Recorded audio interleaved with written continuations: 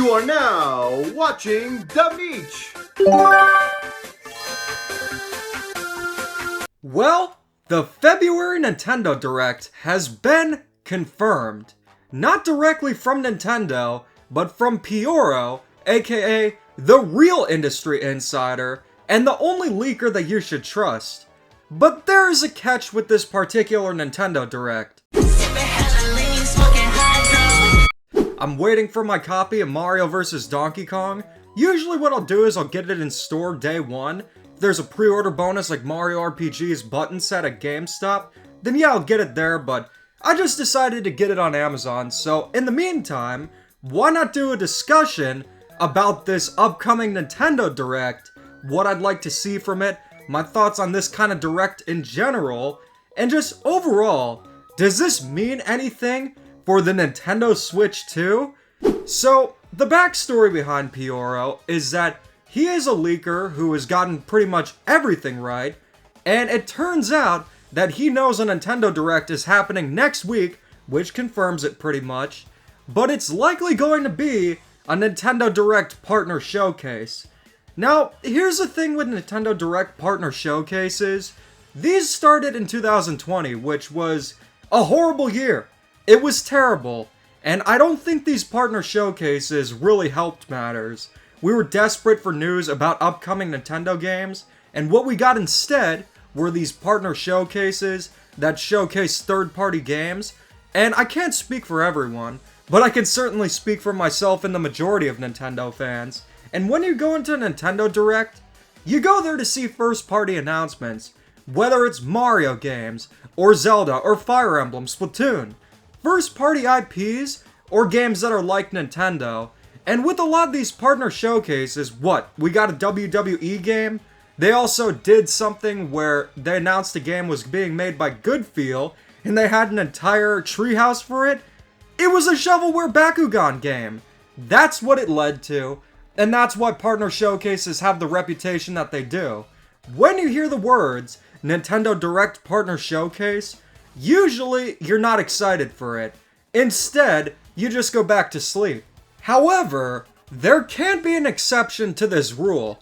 In June of 2022, we got a Nintendo Direct Partner Showcase, which, funnily enough, was not only good, but was the best Direct of that entire year. Let's take a look at the other one, shall we? In September, we got the legendary Farm Direct, which announced a ton of farming simulators and JRPGs, and funnily enough, one of the worst Directs announced one of my favorite games of all time, that being Pikmin 4. Now that announcement alone did bring it up a bit, but then in February of that year, we got the Direct that announced Nintendo Switch Sports, Mario Strikers Battle League, and it announced the Mario Kart 8 Deluxe DLC, which, remember the first wave? It was unbelievably bad, and that's what it seemed like the future of the waves would be. Thankfully it wasn't though. But what exactly made that June 2022 Nintendo Direct Partner Showcase so good? Well, Joshi says it best. When it comes to third-party games, the ones Nintendo fans get the most excited for usually are ones that feel like Nintendo games, or are closely related. That Direct announced the legendary Pac-Man World Repack. That was very exciting. We also got more information on Mario and Rabbids Sparks of Hope, which you might think it's a Mario game, but it's pretty much all Ubisoft. And that's also one of the best Mario games on the Switch, believe it or not. And there were a few other announcements too. That's what made it cool. If this partner showcase has announcements like that, I'd be all for it and I'd be quite excited. Though Pioro said I wouldn't get excited for it, so for every Pac-Man World Repack, you get a WWE game or some shovelware. Maybe this Nintendo Direct Partner Showcase will have Ninja Bread Man remastered. Yeah, that'd be great. But in terms of what I'd like to see from it, ideally, I'd like to see stuff along the lines of Pac-Man World 2 Repack. I'd also love to see a new Katamari game that's just brand new. The remakes have been great, and it's finally time for a new one. But outside of Bandai Namco, I'd love to see a new Rayman game. I would like to see a new Crash or Spyro, but unfortunately, with what happened with Toys for Bob, I don't know how likely that is. Why buy a company just to shut it down? It seems that whenever Microsoft buys a company or has specific series, it's pretty much the kiss of death. Look what happened to all the Rare series. And unfortunately, the future for Crash and Spyro is uncertain now. Hey Microsoft, can you buy Pokemon next?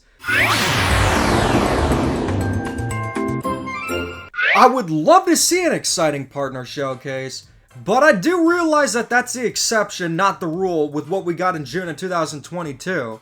Usually what we get is stuff along the lines of WWE and Bakugan, so I'm not sure whether to get excited for it. I just feel indifferent, but at the same time, honestly, I'm pretty content with Nintendo's lineup so far. Yeah, it would be exciting to get a Nintendo Direct. I really want one. I don't like the shadow drops as much as a Nintendo Direct. They just come and go, there's not too much to get hyped for or excited for. I don't know why they continue doing that. I feel like Nintendo Directs are way more exciting, and fans have said that as well. But the thing is, Nintendo in the Switch era has been incredibly unpredictable, and many are saying that this partner showcase is proof that the Nintendo Switch is dead, and we are gonna get the Nintendo Switch 2 reveal in March. Where do I stand by that? Well, with this partner showcase, it was revealed by a quote-unquote industry insider, what I like to call them is professional guessers, where he said it was going to be on the 15th, it wasn't, then it was suddenly backpedaled by, oh, they had to reschedule, oh, Xbox having a presentation, oh, it's like the Queen, blah, blah, blah. As if an Xbox presentation is gonna have some exclusives that would outshine a Nintendo Direct. I feel like it was a coincidence that a partner showcase is happening, but I don't feel like these quote-unquote insiders had any merit. But does it mean the Switch 2 could be happening soon, or reveal soon at the very least? Well, here's the thing. Like I said, Nintendo is quite unpredictable in the Switch era, but you gotta keep in mind, and just look back to the past of the Switch's history, to get an understanding of what could be happening. Remember 2022? We all thought that there was gonna be a big June Direct? Partner Showcase. The following Direct in September only revealed Pikmin 4. The February Nintendo Direct in 2023, it didn't reveal any new games. It was just Game Boy Advance on Switch Online, Game Boy, and Metroid Prime Remastered. One or two games in the pipeline and a lot of stuff being remakes would usually be an indicator that things were slowing down for the Switch and it was pretty much over. But then, we got a complete 180. The June Direct revealed so many games, the one in 2023, and that completely changed my viewpoint on when the successor to the Switch would be happening. I was convinced at the beginning of 2023 that it would be the final year for the Switch. But then in June, Super Mario Bros. Wonder, Princess Peach Showtime, the Super Mario RPG remake, WarioWare Move It, so many other games. Then the September 2023 Nintendo Direct also announced quite a few games. Now sure, you could say a lot of them are remakes, but the thing is, this is very similar to how 2023 started off. What did that year start off with? Remakes, Metroid Prime Remastered, and Kirby's Return to Dreamland Deluxe. Sure, we were getting The Legend of Zelda Tears of the Kingdom and Pikmin 4, but those are two games in a pipeline, versus the one we're getting this year, and although to be completely honest, yeah, Zelda and Pikmin are much larger than Princess Peach Showtime, but I don't think that Princess Peach Showtime's getting the credit it deserves.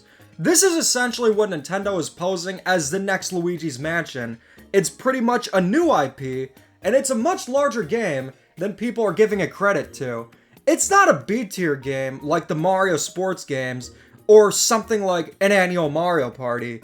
We might have to wait until June to hear about some first-party announcements. I hope we don't have to go that long, but at the same time, a partner showcase, in my opinion, does not confirm a Nintendo Switch 2 reveal for March. If I'm wrong and it releases this year, I'll have to eat Billy Dogs. But I still think that it's coming in 2025. And the thing is, with the competition with PS5 and Xbox and the amount of exclusives and games that they're getting that are exciting, aka the generation of nothing, what exactly is Nintendo's incentive to just push out a Switch 2 as soon as possible? I think Nintendo would be fine to have the regular Switch for just another year. I'd like a Switch 2, but man, that June 2023 Direct really taught me to expect the unexpected. That's all for this video, and the timing couldn't be better because I just got the notification that Mario vs. Donkey Kong has arrived, so I'll be playing that, and as always, keep calm and da-da on.